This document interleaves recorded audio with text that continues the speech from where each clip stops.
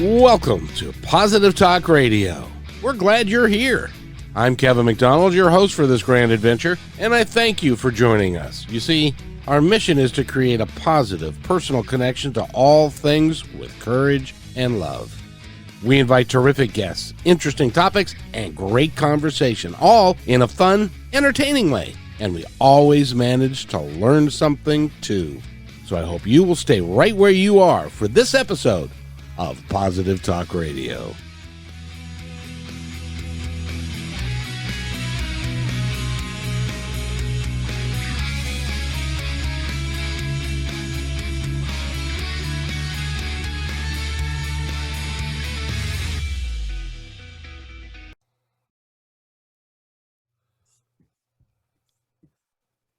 And welcome to the show, everybody. My name is Kevin McDonald, and you're listening to my Independence Report. And today we have a great guest for you today.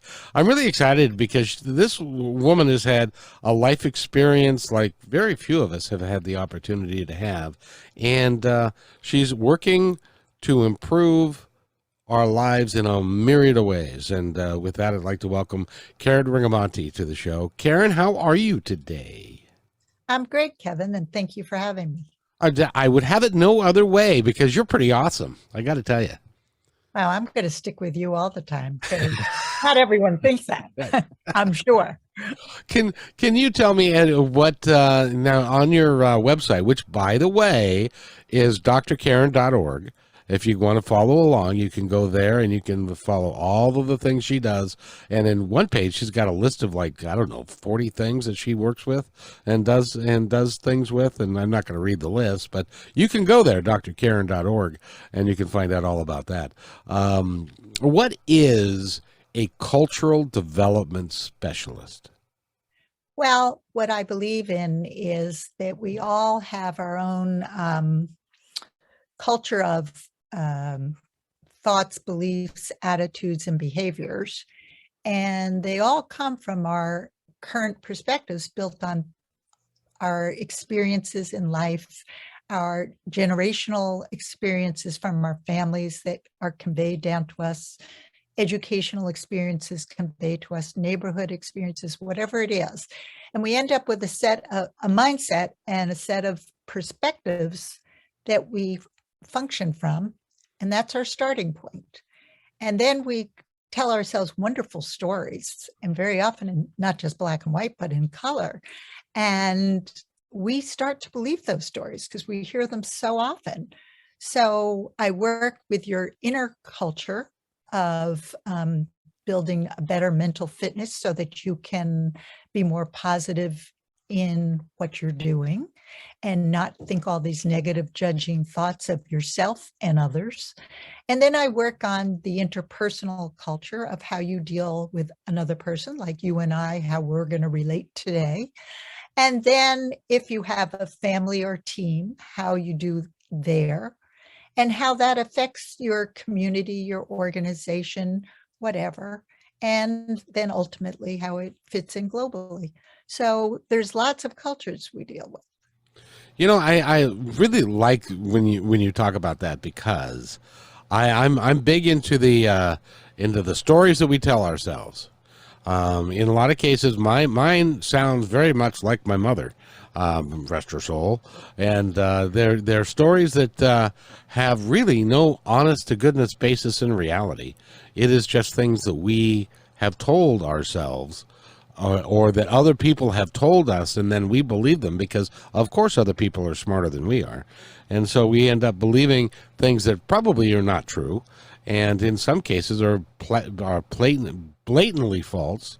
And it's how do you work with people to get them to understand that the stories that they grew up with are not who they are?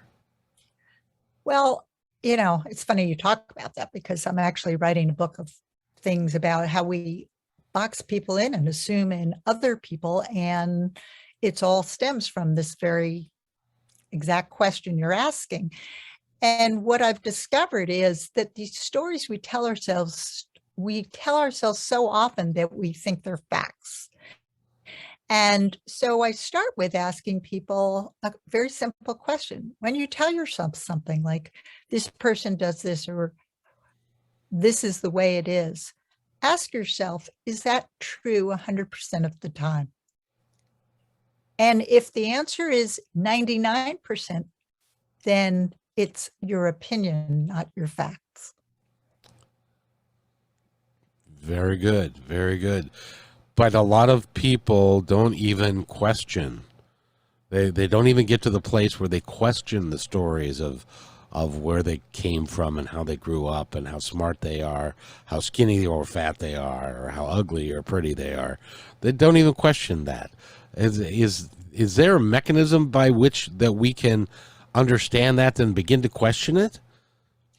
Well, I use lots of tools from different trainings that I've undertaken and things that I've learned throughout the world, experiences. And what I realize is our culture is not just our geography, our religion, or any of those things. And we believe our life experiences are really the honest truth. But what I believe is everybody's right, just not 100%. And so therefore we're all wrong, but also fortunately not 100%. And so we stem from, I know you're right most of the time, but what would happen if this person just had 1% right? How would you respond? Or what if this were you? How would you respond? And we start trying to level the playing field for the person. And for some people, they get there really fast, and others certainly take much longer. And you're never going to switch someone completely from who they are, their core person, nor do you want to. But you bring them back to how they were as a child with that open, receptive curiosity. And you remember it. I even look at, I have two very young grandchildren who I just adore. They're inspirational because they fall down, they get back up. They try, they just look for love and appreciation. And that's all people want, is to be valued and appreciated. And we don't have to always be right as long as we're valued and appreciated, respected, treated with dignity. It doesn't matter whether you have a disability or you're a different religion or a different race or any of the other gender identities and sex backgrounds. We all want the same thing, just to be able to be respected and independent. And to enjoy life without regards to what anybody else thinks. Why is it that everybody's opinion of us matters so much to us? Well, that's an interesting question, Kevin. It doesn't really matter, but it's the story in our head that we operate from a world of fear. And we start with the judge, and we judge ourselves, we judge everyone we come in contact with, and we decide, do we agree, do we disagree, what parts, what are they thinking about me? They must be thinking that I'm fat, thin, tall, short, the wrong religion, the right gender, whatever it is, not smart enough, not rich enough. You never can be perfect. We can be close, maybe, or think we can get there. We can keep striving, but you're never going to get there, because when you get there, you're going to keep increasing the goalpost and moving it. And we never fully accept anything. And so we just think all these things are going to make us happy. And we're so afraid that we won't be good enough, we won't succeed, we won't accomplish enough. And the truth of the matter is, when you can just look at all these hardships that life is hitting us with and stop fighting life, and stop fighting the circumstances and making ourselves a victim, but turn it around to, instead of all this negative energy that drains us, turn it to positive energy where you find the wisdom in it, the gift and the opportunity, and you're grateful for what you have, your whatever health you have, whatever education you have, whatever friends or family you have, whatever opportunities you have. When you start thinking like that, you discover that you have way more positive energy, and you actually start to turn things around. And you'll see it's kind of like positive brings positivity to yourself and to others. And the more you smile, the more the people around you smile. The more they smile, the more you smile.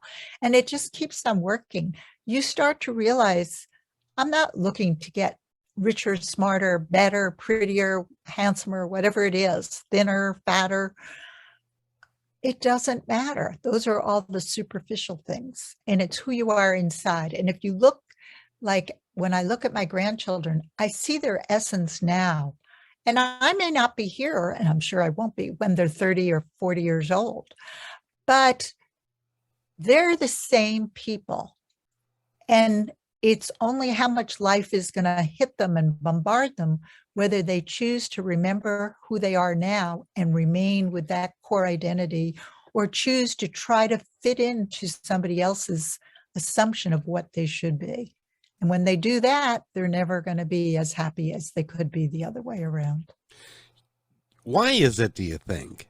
Because personally, I think that we have it backwards. We say, if I do this, and if I do that, and if I become this, and if I do that, and I become an executive, then I'll be happy. Why don't we say, I'm going to be happy with who I am today, and then let the rest of it play out? Well, that's exactly what we're talking about. And I actually say that to myself. I realized one day I was walking around and I was constantly feeling like a victim, and things weren't going my way. And my life is this way because I've got so many difficulties, not a lot of difficulties in most eyes. I mean, but it just felt heavy in that way. And all of a sudden, one day I woke up and I said, I'm done with that. I'm no longer the victim. And I changed my mindset and I said, life is good. And yes, I still want to write my book. And yes, I still want to work with lots more individuals to help them lead more fulfilling lives where they reach their potential and they are better leaders in whatever form that is their choice to be. But I know that if I didn't help another person, I've already been successful. And I already am grateful for all the opportunities I've had, all the family and friends and the good things that have happened. And I'm hoping there are lots more to come. But if not, I enjoy every day now for what it is now. Because if you just look at what's going to be in the future, you're always going to be unhappy and you'll never be fully fulfilled. Years ago, when I was doing Positive Talk Radio, I invited several cancer survivors on, and they were all folks that had been stage 4, but they had regressed, or they had the cancer had regressed, and they were doing well. And I asked one of the gals what the secret to life was, and she looked at me and she said, "Well, when you have one foot in the past and the other foot in the future, you're peeing on the present." And I thought, that was a very unique way of putting that, but it is so true that all we have is today. We don't have yesterday. What happened yesterday was yesterday. It has nothing to do with us today. Tomorrow, exactly. We don't know. And the truth of the matter is what you said 5 minutes ago was the past. And it's what we're saying now that builds the future. But it's what's happening right now that makes us happy or not happy. It's interesting that you say building the future, because that is one of the things that you're working on. You're working with executives. You're working with the healthcare system. You're working on tell us about that work. Well, what I believe is that we're all nurturers in some way or form. And I believe that we start to feel overwhelmed, isolated, burned out, all sorts of things in a negative sense when we can't seem to juggle all those balls in the air and we think we're going to drop one. And what I do is I work with people, whether they're executives not in healthcare or in healthcare. Many of them are balancing the added stress of a special needs child, a partner or spouse that has a medical challenge like cancer or some severe chronic disease, or they have aging parents that are moving back in with them, or nearby or far away that they still need to address their difficulties. And they don't know how to do all that and do it and feel like they're still in control of their life. And I take them from learning self-care for themselves, because like when you're on a plane and you're told put your own oxygen on before you help the person next to you, if you don't take care of yourself, how do you expect anyone to, first, how do you think you're going to have the ability to help somebody else? And how do you expect that if you don't value yourself and your own needs, that anyone would appreciate your own value for you? You can only be appreciated if you appreciate yourself, because it's the internal drive that really makes us happy. We just think it's all those external drives that will satisfy us. You know, when we talked a couple of weeks ago, and you mentioned the airplane and the airbag thing, and I've used that several times now, and it's a great metaphor for taking care of yourself, because if you don't take care of yourself, and the reason, in case you don't know or never have flown, if the airbags are deployed, it's because there's an oxygen problem in the cabin, that the oxygen is leaving the cabin, or there's some problem with it. And so the oxygen level is going low. And if you try and put the mask on somebody else before you put it on yourself, you're liable to pass out, and then you're no good to anybody.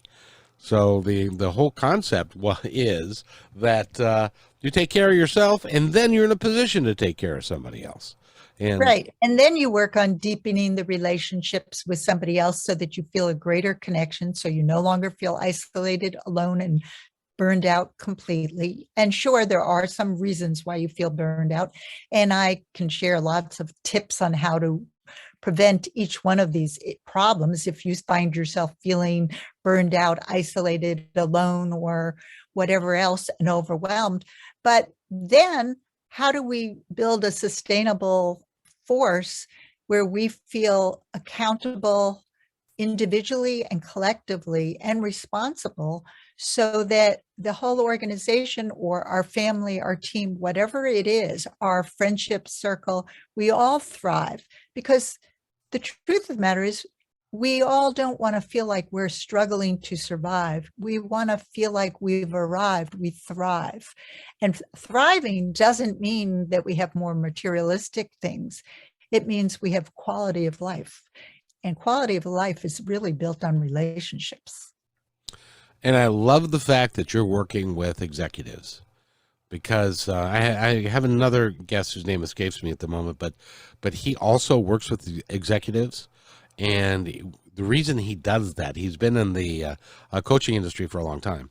And the reason he does that is because they can have a more direct impact on more people than almost anybody else. Because if he can convince an executive to change the culture of their organization from being one of hate, negativity, and fear, and those things, to one of positivity and love and acceptance, and everybody's working together for the common good, not only does turnover go down, not only do expenses go down, but productivity goes up, and innovation goes up. It's all good things. And I don't think that's an accident, that when you have positivity in the room, all good things can happen a lot better. Is that what your experience is? Absolutely. That's exactly what I believe. I believe when the culture's right, all stakeholders benefit. Everything improves.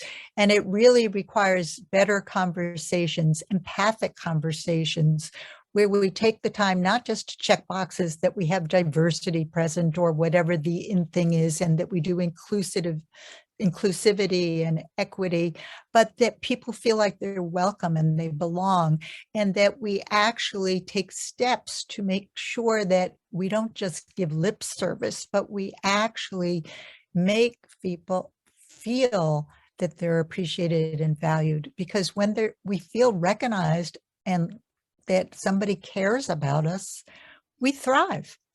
That's all it is. And once we thrive, the rest is history. You know, we're more productive, we have more positive energy, and it keeps mirroring. We have neurons that reflect back to us, and those good, feel good hormones that we have require us to get sleep and eat right, but they also require us to bond with other people and have that experience of people caring about us. I want to give you two scenarios, and I've experienced them both. First scenario is you're in the break room. You're with your fellow workers, and it's break time. And in the corner of the break room is a little box, and it says employee suggestion box. And every 6 months or so, somebody will come down and they'll empty that box. And then they'll take that stuff and they'll put it on somebody's desk, and it'll just sit there. The other scenario that I've also been part of is where the CEO of the company or the branch manager or the plant manager will come into the break room and sit down and have lunch with the folks and talk to them like human to human level. The gentleman that did that, his company was far more successful than the other one that was just paying lip service to the employee. Right. Because even when someone gives you a suggestion, if they don't know that you're acting on it, they're never going to give it again. And the word gets around real fast. And what people are looking for is validation. And they want to know that you mean what you say, that you're walking your talk. And so you may not have the answer for someone, but did you get back to them and say, I'm still working on it. I haven't forgotten you. It's just taking way longer than I expected. There are other challenges that ripple into this that I didn't realize, and I will share them with you as soon as I get a little bit more information. You know, just communicate, and that's all people want. They want to know what's going on. They don't want to feel afloat. You know, we have different perspectives, but it's, again, those stories that we tell ourselves because people think different than us and behave different than us. We all have different habits. What works for me doesn't work for you. And that's okay. It doesn't have to.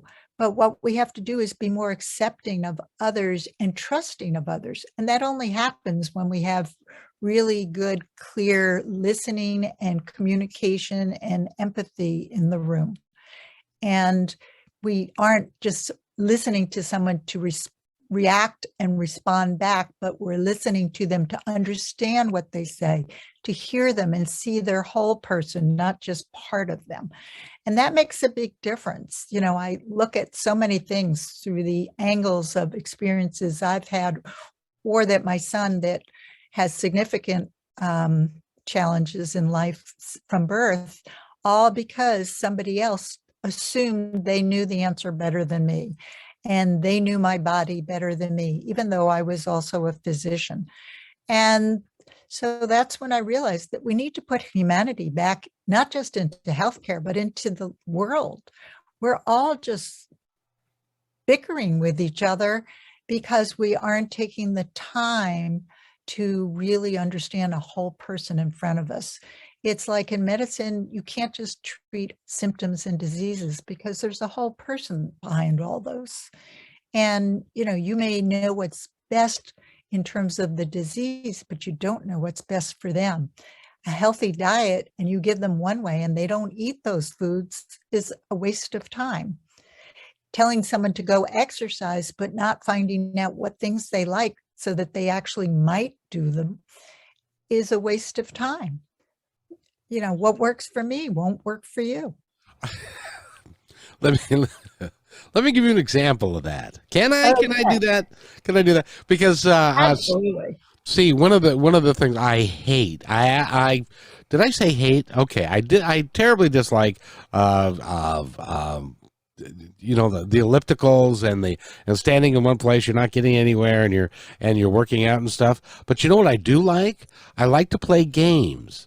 Now I've figured out that there are certain virtual reality games, and there's a headset that you can buy. It's not very expensive, and then you can play like ping pong, and it's like you're really playing ping pong, and you work up a sweat doing that, or boxing.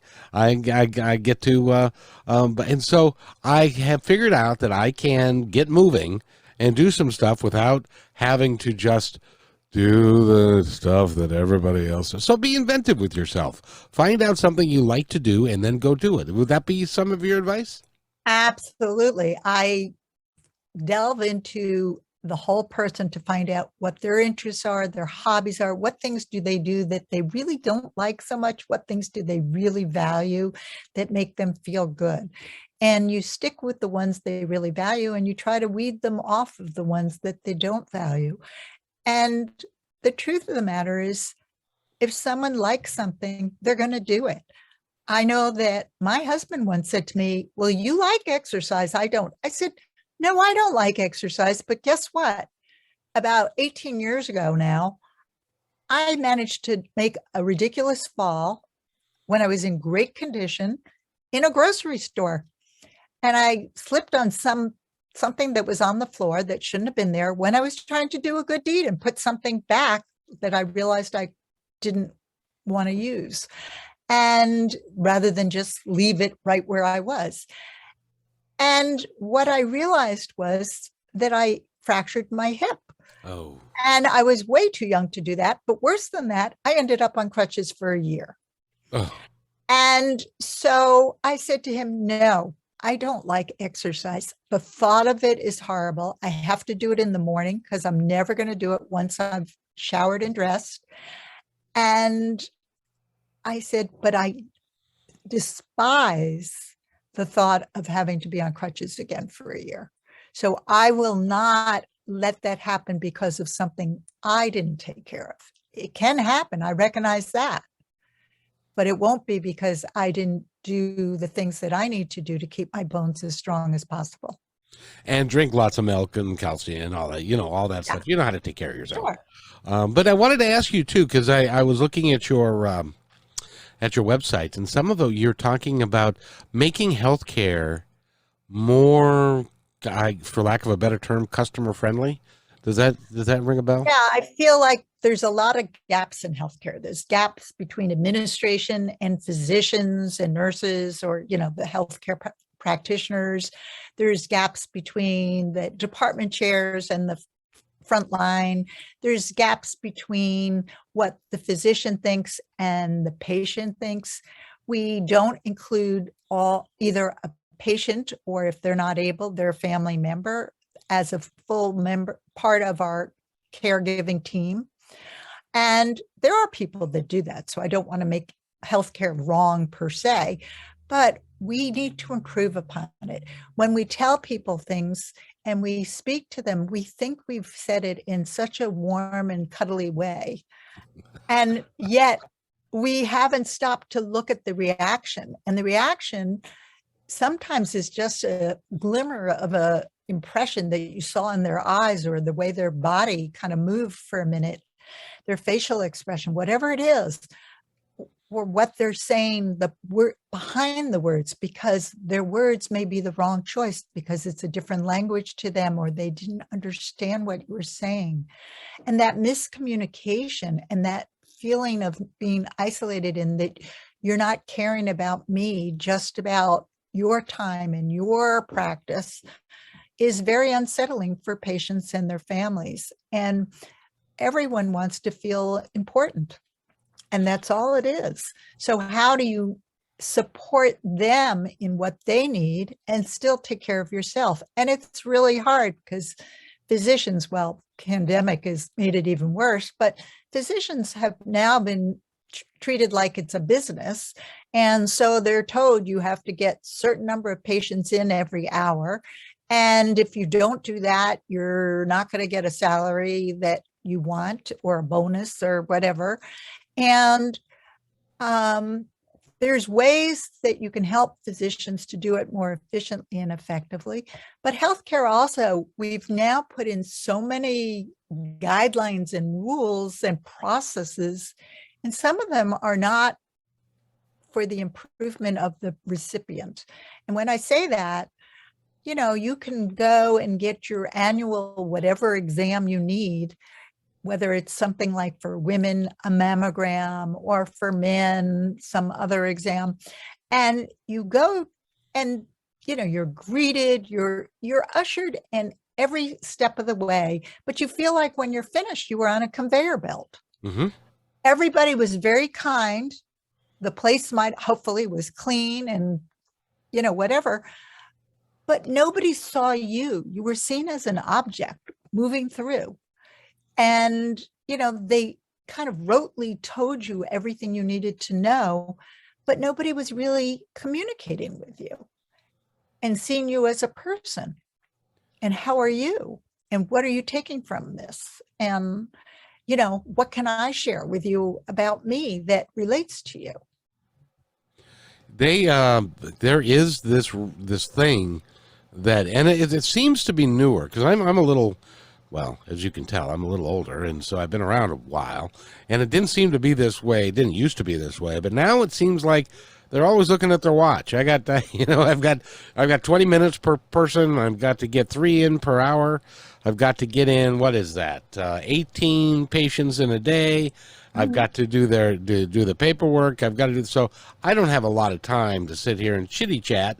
But when you're in the doctor's office and you've got a health scare, or you've got something going on with you that you don't know, it's a very frightening thing, and you need that support from that physician, because you may not have family or friends, and you really do need that.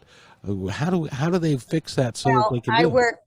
I love what you asking that, because when I work with whether it's healthcare staff or patients and families, I try to get them to understand that neither side is trying to be a difficult patient or family, a difficult colleague, a difficult physician. Everybody's operating from their fear zone, their worries about, and their anxieties about, I don't have enough time. I'm thinking about my child at home that is home from school today or sick, and, you know, or my parent that needs something, or am I going to be good enough and get the diagnosis right now? She's been to 3 other doctors and nobody has been able to satisfy her. What's going on? And so everyone's coming with their own worries to the table. And it's how can we just share that and help each other understand we're all on the same team. We're not enemies. We all care about each other and want each other to do well. And we don't always take the time as a patient or family member to understand that the physicians are also being bombarded with electronic healthcare records that they've got to fill out, and they didn't sign up for that when they went into medicine. They signed up to treat patients and take care of them. And they've lost that joy because it became a business somehow or another. And they're told they don't have time to spend with you, but it's not because they don't want to. So how can you make the 10 minutes feel like 15? And how can you restore your energy when you have a 5-minute break, is what I do when I'm working with healthcare professionals and lots of other things, depending on what their overwhelming issues are. But they need to also be able to have breaks and to restore themselves and feel like human beings. And sometimes they don't even have time for a meal. And how do you address that?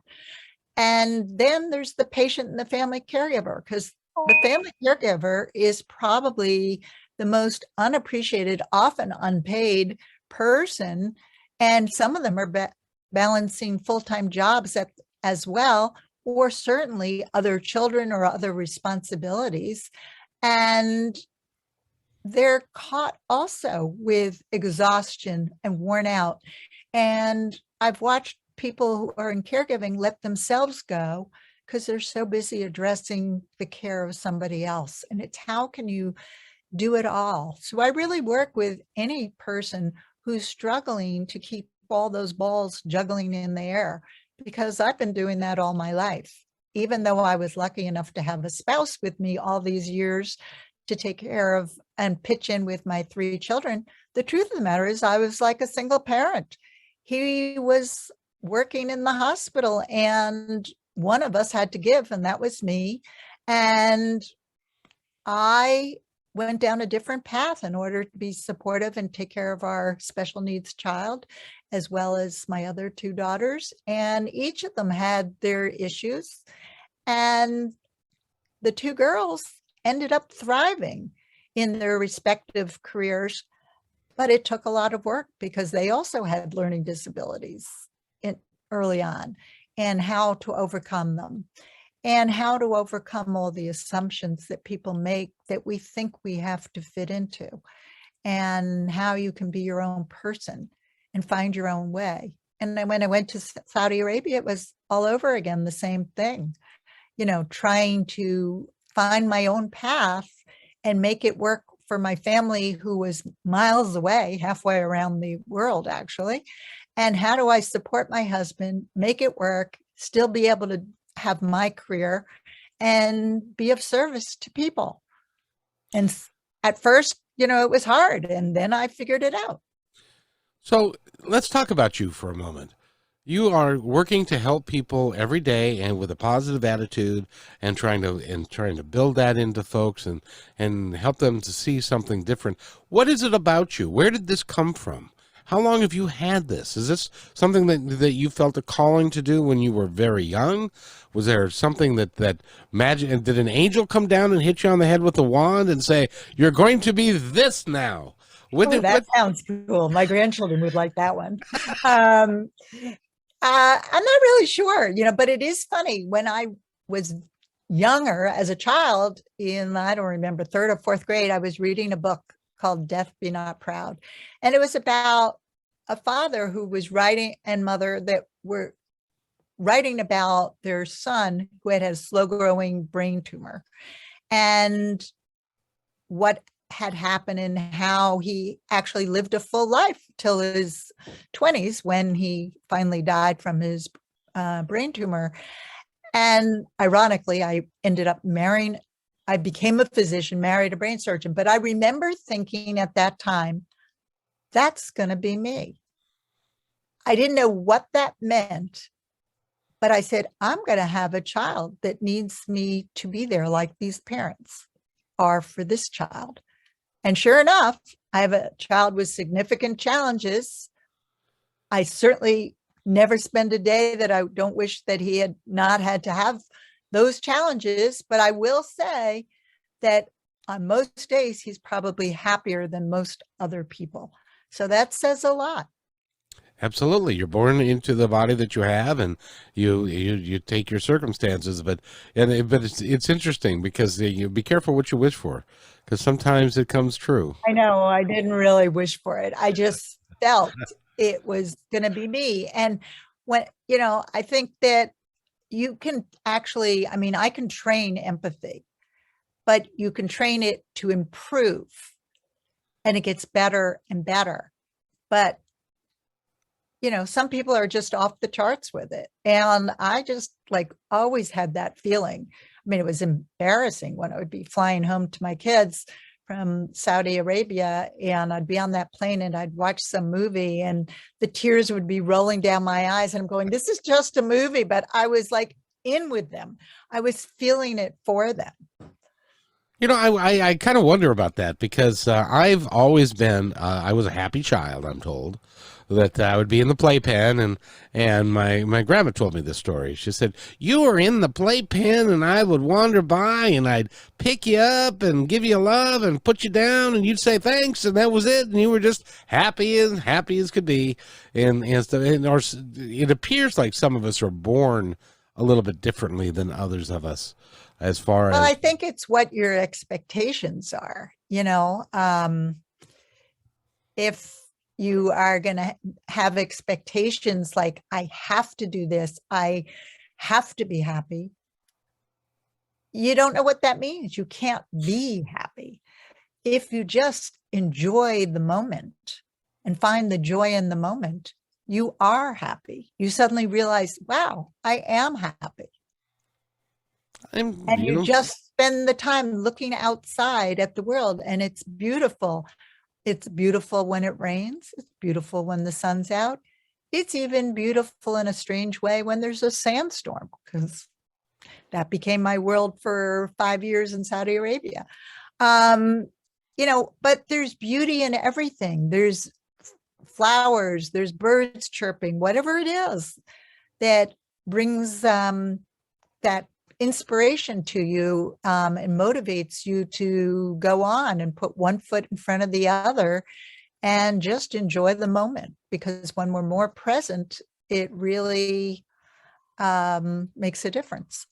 absolutely. Dr. Karen, if somebody wants to work with you, how do they do that? Well, they can either contact me on my website, or they can go to info at drdrkaren.org, or through my email, which is harder to remember. So probably info at drkaren.org is the easier way, Dr. Karen. But I'm always taking on new clients, both individually and as groups, and working on helping people to just thrive and be more positive. Because when you learn how to juggle those balls and not worry that you're going to be a failure, you may fail at something in the moment, but you're just not going to be a failure. There's that old saying. Well, I don't know how old it is because he wasn't gone. He hasn't been gone that long. But Edison, who developed the electric light bulb, failed 1,000 times before he found the right combination of things that made it work.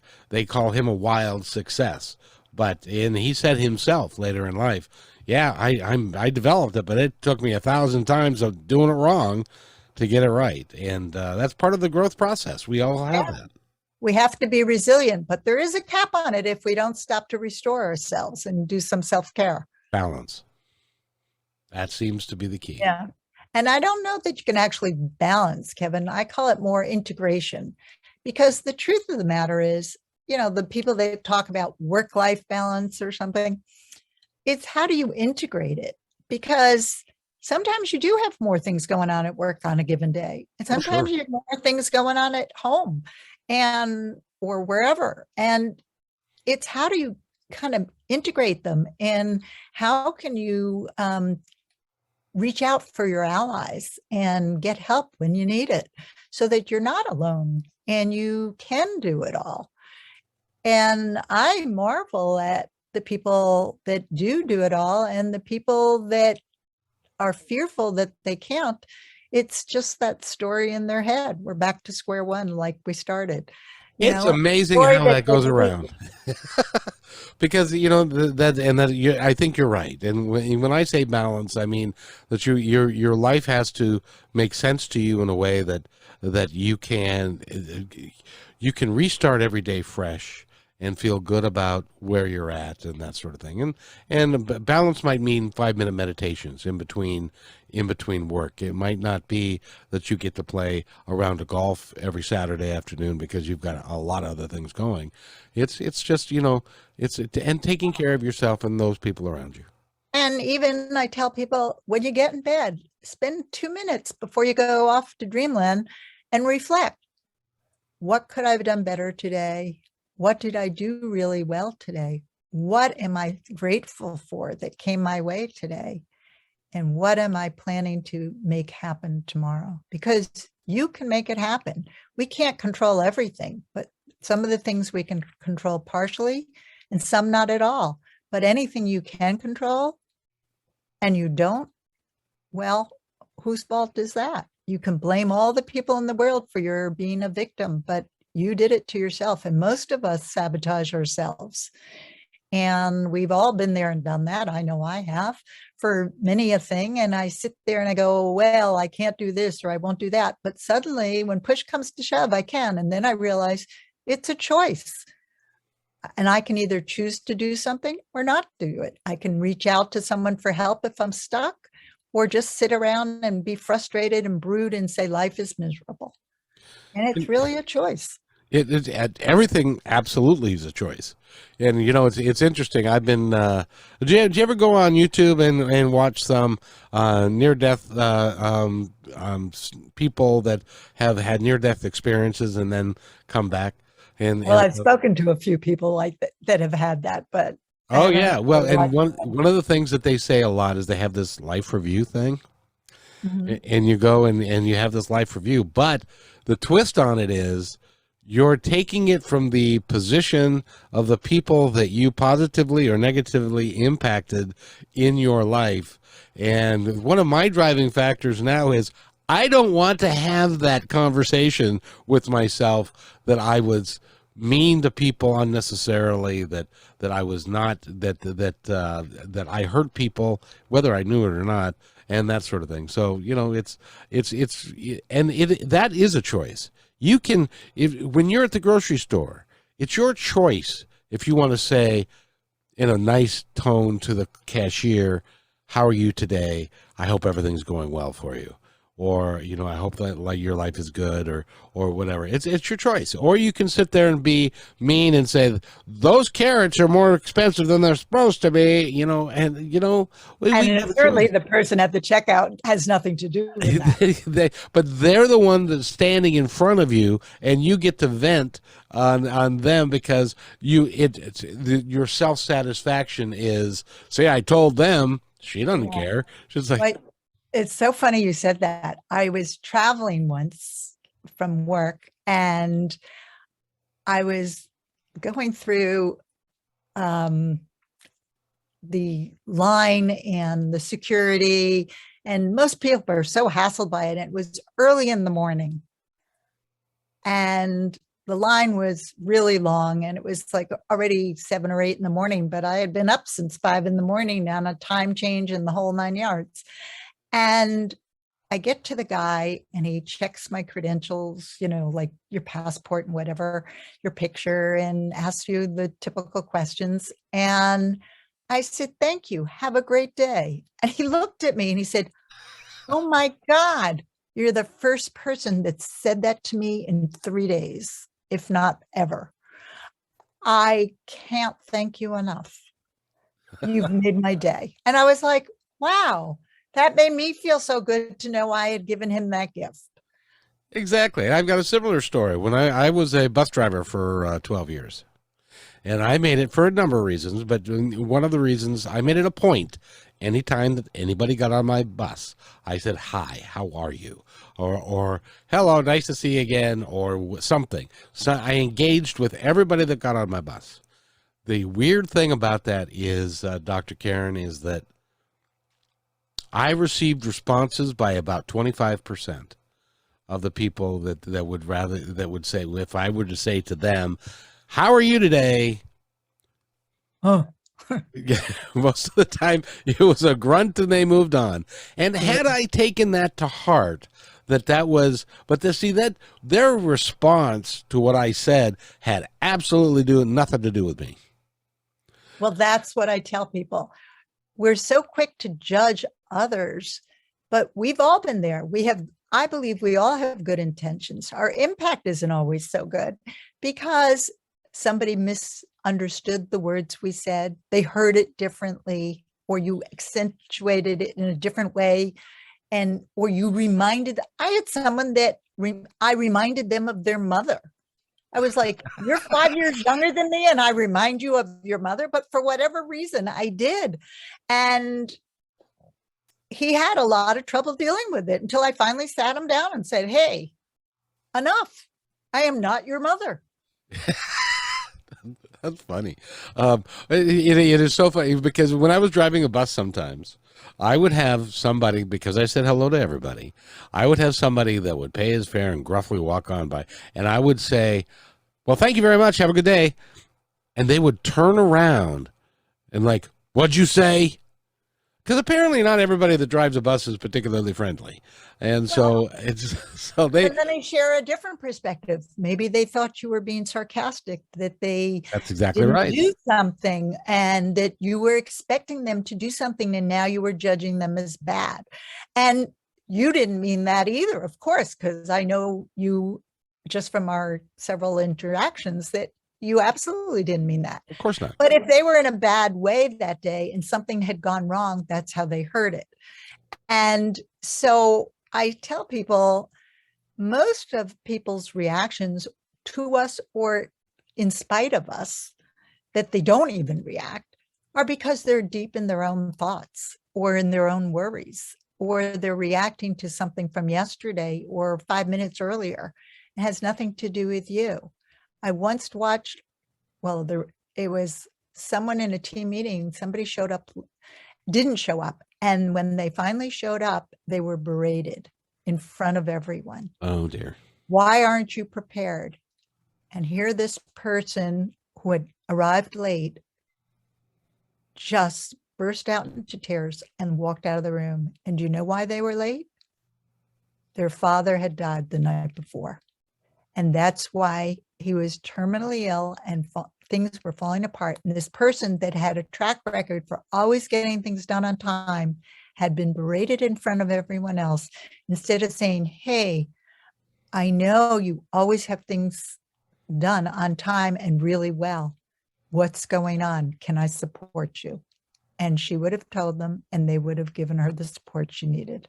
Absolutely. Absolutely. That's a great story. That's a great story. Now, in my case, see, I have a big mouth. I don't know if you know that, but occasionally I get myself into trouble by saying stuff that is it's totally innocent. But but one time I was a dining room manager at a local restaurant here, and we were on a waiting list, and a gal, an Asian lady walked up, and she said, I said, can I put your name on the list? And she said, yeah, my name's Yamamoto. And said, oh, that's the that's the admiral that led the attack on Pearl Harbor. Nice to meet you. And wrote it down. Well, the next day I got called in by the food and beverage director because she called in and complained because she was assuming that I was making a disparaging remark about her having the same name as the admiral that bombed Pearl Harbor. And it wasn't that at all. It's just I'm a student of history. And so it was an innocent thing. And a lot of us do that. And so we need to cut each other a break. We do. But my guess is that you learn from that. And the next time someone gave that name, you either didn't say anything, or if you said it because you still love history and you couldn't help yourself, and you said, but no, I don't judge you bad from that at all. I just love history. And, I'm sorry it's in a bad connotation, but yeah, see, very cool that you have the same name. And then some of those things, I have no earthly idea that somebody could actually take it any other way than how I intended it. And I think that that's what the problem is. I mean, that's why we have wars around the world, and we all grow up thinking, I've met people that think they can't like someone with a different religion. And when I was in Saudi Arabia, you learned I lived with expats. There were so many religions present, so many different countries present. And I lived and worked with all these people. And the truth of the matter is, we can't always even mention what our religion is because it's not always accepted. And in today's world, we really make lots of assumptions about someone's religion. And most of the bad things that we think about in a particular religion are very few people. It's not the religion itself. It's not, those people have misinterpreted what their religious book tells them to do, and their values have just been knocked off the counter. And it's up to us to help rectify it. And when people do bad things, yes, there's some bad apples in the group, but understand also, they may not want to do that, but they fell into the wrong hands. They fell into the wrong community. And maybe that was because we didn't safeguard them when they were falling down and they couldn't eat and they couldn't find food and they were being bias things were happening that were not allowing them to get a job or whatever it is. And we make assumptions like, oh, we have so many jobs and nobody's filling them now. So what's wrong with all these people? What's wrong is that they don't have transportation to get to these jobs, or they have no one to watch their children at home. There's lots of reasons why they're not jumping at some job, and we shouldn't judge so quickly. Well, and then there's also the fact, like there's lots and lots. Apparently, there's lots and lots of assistant manager jobs that are going unfilled because the hours are long, the pay is low. You get to work the off hours. You're not in charge. And stuff. And a lot of people are saying these days, I don't think so. I don't want to do that. And so, well, I think it's because we all want to matter.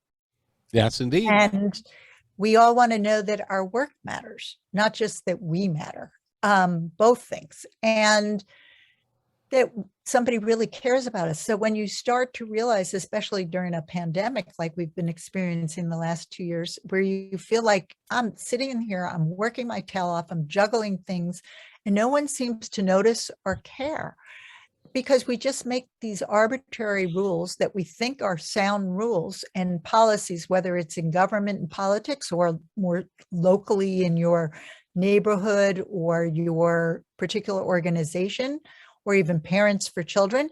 And we do it from our past experiences or our assumptions of what should work and should be, instead of co-creating it with our children, with our team members, with our staff, and with the people that we do it all for, whether they're customers, patients, clients, it doesn't matter. It's the same thing. And we forget to include people. And when we don't include them and get their voices out there, especially when they're vulnerable, some of them, we're doing everyone a disservice. We break down and we don't get that innovation and creativity and the joy of life. And that's all we really want.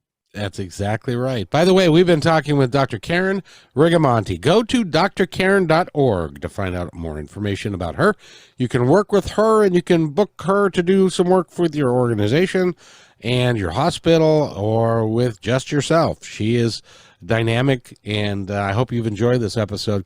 Karen, I want to honor your time, and I could talk to you for hours, but you've been a joy. But before we go, before we go, I want to give you the opportunity to talk to our audience now and in the future about anything that you would like them to know. Well, I want them to know that they do matter, and they are valued and appreciated, and they should stop to smell the roses or whatever flower of their choice, and just realize there are people out there rooting for them. And if they can't find their path alone, then reach out. There's always a way. We all need support. None of us can do it alone. It takes a community. And if you have a parent or a friend or a spouse that can help you, great. But if you don't, and you need a mentor, advisor, coach, whatever it is, the greatest athletes, the greatest celebrities, every one of them has a coach. No one does it on their own. There's a team. I have to tell you, there's a financial gentleman that I know, a good friend of mine. He makes 6 digits, the middle 6 digits numbers, and they're crooked numbers every year and stuff. He's a financial analyst. He has a financial coach. Exactly. But he's wildly successful, and he told me, he said, nope, I need somebody to look in from the outside to show me my blind spots. Yeah, because we all have those blind spots, and we all think that we're expected to know everything. And in today's world, that's literally impossible to do. And we all need some kind of support, and we all need to know that people are rooting for us. And what I tell people is, you do matter. There is a team for you, and you need to have people that want to connect with you, because we all do. What I would hate for any of your listeners is to feel like they are struggling to advocate for themselves. They can't continue because they're feeling burned out, isolated, alone, overwhelmed. They're juggling so much. And they keep saying, I've got to wait. I don't have the time and the money right now. It's not a good time. When this happens, everything will be better. That there's no time like now. What I would hate is that 3 months from now or 3 years from now, they're still looking at, why didn't this happen? And why didn't this go better? It only will when you start addressing it. So act now and not wait for some miracle, because the miracle is you acting. Exactly. And, one of the things I'm so grateful because I get to talk to people like you all the time. I interviewed a gentleman yesterday that his grandmother and his father was going to take his grandmother home. She'd spent the weekend with them. They walked out of the house. They never saw them again because they were killed in an automobile accident. And fast forward years later, he was at school. And I got called to the principal's office, and they said, I'm sorry to tell you, but your mom was killed in a car accident as well. So my point here is never let anybody leave your life. Never let any day go by without telling the people that you know and love that you love them and to take care of each other. Because, like I always say, each other's all we got. So yes, but it does start with the one person you have the most time with, which is yourself. Because I say me, myself, and I have to like each other before I can reach out to you. That's right. Become we. That's right. Dr. Karen, thank you. It's been a pleasure having you on the program. It's been great to talk with you and be with you, Kevin, and I look forward to more times together. We're going to do this again, you betcha, because that'll just be fun. So I want to thank you again. By the way, we've been talking with Dr. Karen Rigamonti. Go to her website, which is Dr. Karen, and that's, by the way, drkaren.org. So thank you, Karen, for being here. And by the way, everybody, take care of each other because, and let me add something new there. Take care of yourself before you can take care of others, because each other and yourself is all you got. So you might as well. I like that better. Only go through the world once, so let's get it right the first time. You might as well. Yes. So thank you, Dr. Karen, and you have yourself a great day. Thank you. You too. Thanks for enjoying this episode all the way to the end. Please give us a like and subscribe to this channel. This has been a production of kmmedia.pro. Please visit our website, oddly enough, named kmmedia.pro, for more details about us and our mission, which is to provide great positive programming designed to inspire us all. I'm Kevin McDonald, and I'm proud of these shows, and I truly hope that you'll like them and share them with friends and family. So on behalf of our entire team, remember, be kind to each other because each other's all we've got. We'll see you next time.